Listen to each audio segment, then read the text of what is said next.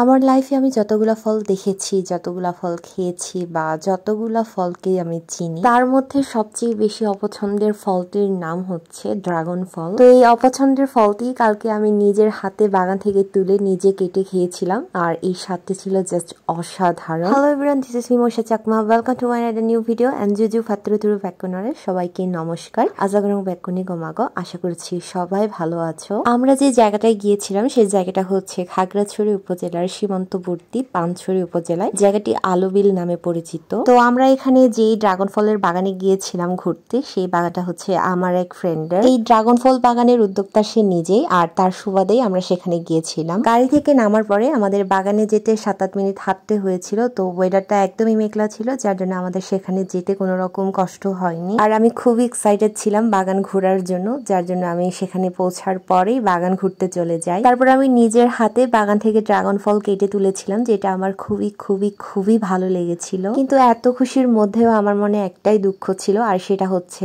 আমরা বাগানে পৌঁছানোর আগে বাগান থেকে সব পাকা ফলগুলো হচ্ছে বাজারে নিয়ে যাওয়া হয়েছিল। কারণটা হচ্ছে আমাদের মারিশা থেকে পানছড়ি পৌঁছাইতে অনেক লেট হয়ে গিয়েছিল, যার জন্য আমরা গাছ ভর্তি পাকা ড্রাগন ফল দেখতে পাইনি। আর যেহেতু গাছ ভর্তি পাকা ড্রাগন ফল দেখতে পাইনি, তাই আমি আর আমার বোন মিলে বাগানের বিশালতা দেখছিলাম ঘুরে ঘুরে, আর সাথে ফল আর ফুলগুলো। তাদের বাগানে 2 জাতের ড্রাগন ফল রয়েছে, একটা সাদা আর একটা লাল। আর এখানে তারা 2 পদ্ধতিতে ড্রাগন ফলের গাছগুলো লাগিয়েছে, একটা হচ্ছে ভিয়েতনামি আর একটা হচ্ছে চাইনিজ। তোমরা আমার এই ভিডিওটা দেখে হয়তো বুঝতে পারছো যে এই বাগানের বিশালতা কত বড়, আর বাগানটা তারা কত সুন্দর আর পরিপাটি করে সাজিয়েছিল সেটা আমি তোমাদের বলে বোঝাতে পারবো না। সেটা হয়তো তোমরা আমার এই ভিডিওটা দেখার পরে আন্দাজ করতে পারছো। আর এখানে তারা প্রায় 550টিরও বেশি পিলারের উপর ড্রাগন ফলের চারাগুলো রোপণ করেছে। তারপর একটা পিলারের মধ্যে 4টি করে চারা বসানো। এখানে তারা প্রায় 1 একর জমির উপরে ড্রাগন ফলের বাগানটা করেছে। তারপর সেখানে গিয়ে আঙ্কেল আন্টির সাথে দেখা হয়। আঙ্কেল আন্টিরা খুবই ভালো মানুষ ছিলেন আর খুবই মিশুক ছিলেন তারা। তারপর আঙ্কেল আমাদেরকে বাগান সম্পর্কে আর ড্রাগন ফলের গাছ সম্পর্কে এত ভালো করে বুঝিয়েছিলেন যে সেটা আসলেই ভুলবার নয়। এই ড্রাগন ফলগুলো বিদেশি হলেও আমাদের দেশে এখন বাণিজ্যিক ভাবে এর চাষ হচ্ছে,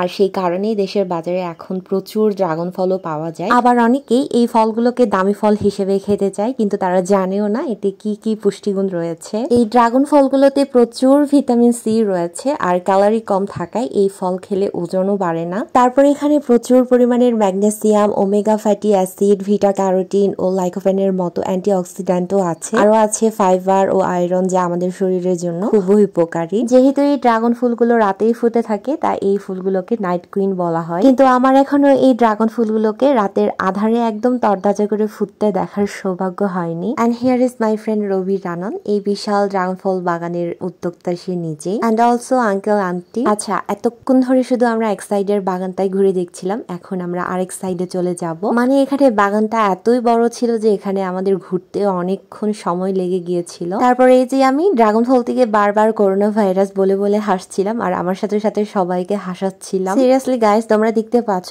আসলে কিন্তু করোনা ভাইরাসের মতোই ছিল এই ড্রাগন ফলটা। তারপরে এই তো ড্রাগন ফলটা হাতে নিয়ে আমি বাগান ঘুরে ঘুরে দেখছিলাম আর ভাবছিলাম আমার যদি একটা ড্রোন থাকতো তাহলে আমি তোমাদের এই বাগানের বিশালতা দেখাতাম, কত সুন্দর আর কত ভালো লাগার মতো, যেটা কিনা আমার ফোনে কভার করা যায়নি। তারপর আমি ভিডিওর শুরুতেই বলেছিলাম আমার লাইফে আমি যতগুলা ফল খেয়েছি, দেখেছি বা চিনি, তার মধ্যে সবচেয়ে বেশি অপছন্দের ফলটি হচ্ছে এই ড্রাগন ফলটি। কিন্তু তাদের বাগানে যাওয়ার পরে আমার ধারণাটা ভেঙে যায়। ড্রাগন ফলগুলো যেমন খারাপ থাকে তেমনি ভালো থাকে, আবার যেমন টক থাকে তেমন হচ্ছে মিষ্টিও থাকে। তো আমি এই ব্যাপারটা তাদের বাগানে যাওয়ার পরে বুঝতে পেরেছি, যার জন্য আমার ধারণাটা সেখানে গিয়ে ভুল প্রমাণিত হয়। And see you guys, dragon ফলের কালার গুলো এত যে সুন্দর ছিল আমি সেটা কেমনে বোঝাবো। তারপর আমি নিজের হাতে বাগান থেকে তুলে নিজে কেটেছি, তারপর আবার নিজে আমি খেয়েছিলাম। তো সব মিলে এটা ছিল আমার একদম নতুন একটি অভিজ্ঞতা। আমি অনেক দূরে গিয়েছিলাম ড্রাগন ফলগুলো দেখার জন্য নিজের চোখে, তারপর বাগান ঘুরে দেখেছি, আমি নিজে পেরে খেয়েছি। এটা জাস্ট একটা মানে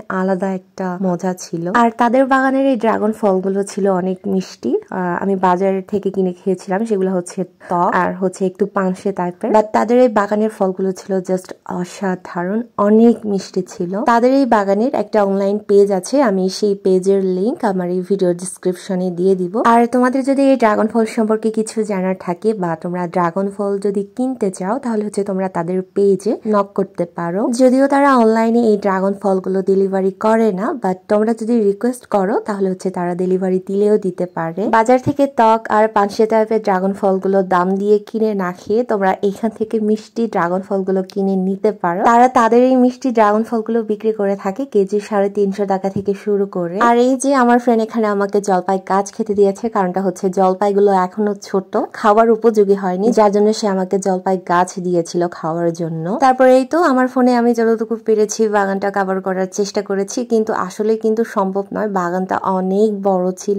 বাগানটার নাম ছিল কজমা এগ্রো ফার্ম। সো গাইজ, এই ছিল আমার আজকের ভিডিও। তোমাদের কেমন লেগেছে সেটা অবশ্যই কমেন্ট করে জানাবে। আর যদি তোমরা মিষ্টি ড্রাগন ফল কিনে খেতে চাও তাহলে অবশ্যই এই পেজে তোমরা নক দিয়ে দিবে, আমি পেজের লিংক ডিসক্রিপশনে দিয়ে দিব। সো এই ছিল আমার আজকের ভিডিও। তোমাদের কেমন লেগেছে সেটা অবশ্যই কমেন্ট করে জানাবে। আর ভালো লাগলে অবশ্যই বেশি বেশি করে শেয়ার করে দিবে। আর দেখাবে নতুন আরেকটি ভিডিওতে, নতুন কোনো ভিডিও নিয়ে। সে পর্যন্ত সবাই ভালো থেকো, সুস্থ থেকো, নিরাপদে থেকো। Tata, by.